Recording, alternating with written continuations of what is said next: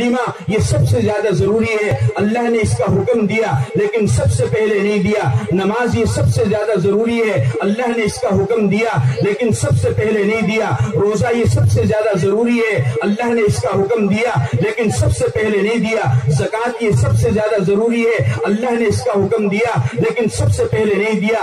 حج یہ سب سے زیادہ ضروری ہے، اللہ نے اس کا حکم دیا لیکن سب سے پہلے نہیں دیا۔ ماں باپ کی خدمت کرنا یہ سب سے زیادہ ضروری ہے، اللہ نے اس کا حکم دیا لیکن سب سے پہلے نہیں دیا۔ اور اگر منفی پہلو سے آپ دیکھیں، شراب بہت بڑا گناہ ہے، اللہ نے اس سے باز رہنے کو کہا لیکن سب سے پہلے نہیں کہا۔ زنا بہت بڑا گناہ ہے، اللہ نے اس سے باز رہنے کو کہا لیکن سب سے پہلے نہیں کہا۔ چوری بہت بڑا گناہ ہے، اللہ نے اس سے باز رہنے کو کہا لیکن سب سے پہلے نہیں کہا۔ غصب کرنا بہت بڑا گناہ ہے، اللہ نے اس سے باز رہنے کو کہا لیکن سب سے پہلے نہیں کہا۔ جھوٹ بولنا بہت بڑا گناہ ہے، اللہ نے اس سے باز رہنے کو کہا لیکن سب سے پہلے نہیں کہا۔ دھوکہ دینا بہت بڑا گناہ ہے، اللہ نے اس سے باز رہنے کو کہا لیکن سب سے پہلے نہیں کہا۔ کسی کی زمین کو دبا لینا بہت بڑا گناہ ہے، اللہ نے اس سے باز رہنے کو کہا لیکن سب سے پہلے نہیں کہا۔ کسی کی دکان پہ قبضہ کر لینا، کسی کے مکان پہ قبضہ کر لینا، کسی کی عزت کو اچھالنا، کسی کو گالی دینا، کسی کا مذاق اڑانا،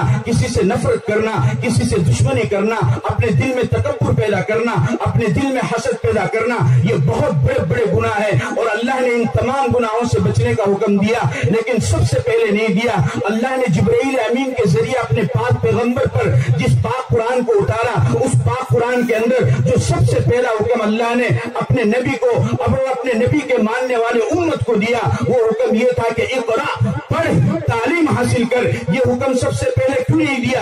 اس وجہ سے کیوں دیا؟ اس وجہ سے کہ جب تک انسان کی زندگی میں تعلیم نہیں ہوگی وہ نماز کا پابند نہیں ہوگا، جب تک انسان کی زندگی میں تعلیم نہیں ہوگی وہ روزے کا پابند نہیں ہوگا، جب تک انسان کی زندگی میں تعلیم نہیں ہوگی وہ زکوٰۃ کا پابند نہیں ہوگا، جب تک انسان کی زندگی میں تعلیم نہیں ہوگی وہ قرآن پر عمل کرنے والا نہیں ہوگا، جب تک انسان کی زندگی میں تعلیم نہیں ہوگی وہ اتباع سنت کے مطابق چلنے والا نہیں ہوگا، جب تک انسان کی زندگی میں تعلیم نہیں ہوگی وہ صحابہ کے نقش قدم پر چلنے والا نہیں ہوگا، جب تک انسان کی زندگی میں تعلیم نہیں ہوگی شرابی شراب سے باز نہیں آئے گا، جب تک تعلیم نہیں ہوگی چور چوری سے باز نہیں آئے گا، زانی زنا سے باز نہیں آئے گا، بدکار بدکاری سے باز نہیں آئے گا، فاسق اور فاجر فسق اور فجور سے باز نہیں آئے گا، گناہگار گناہ کرنے سے باز نہیں آئے گا، ظالم ظلم سے باز نہیں آئے گا۔ تمام امور مفوضہ کو انجام کرانے کا اور تمام فرائض کو عمل کرانے کا ایک ہی طریقہ تھا اور تمام نواہی سے رکنے کا ایک ہی طریقہ تھا کہ اللہ نے فرمایا اقرا،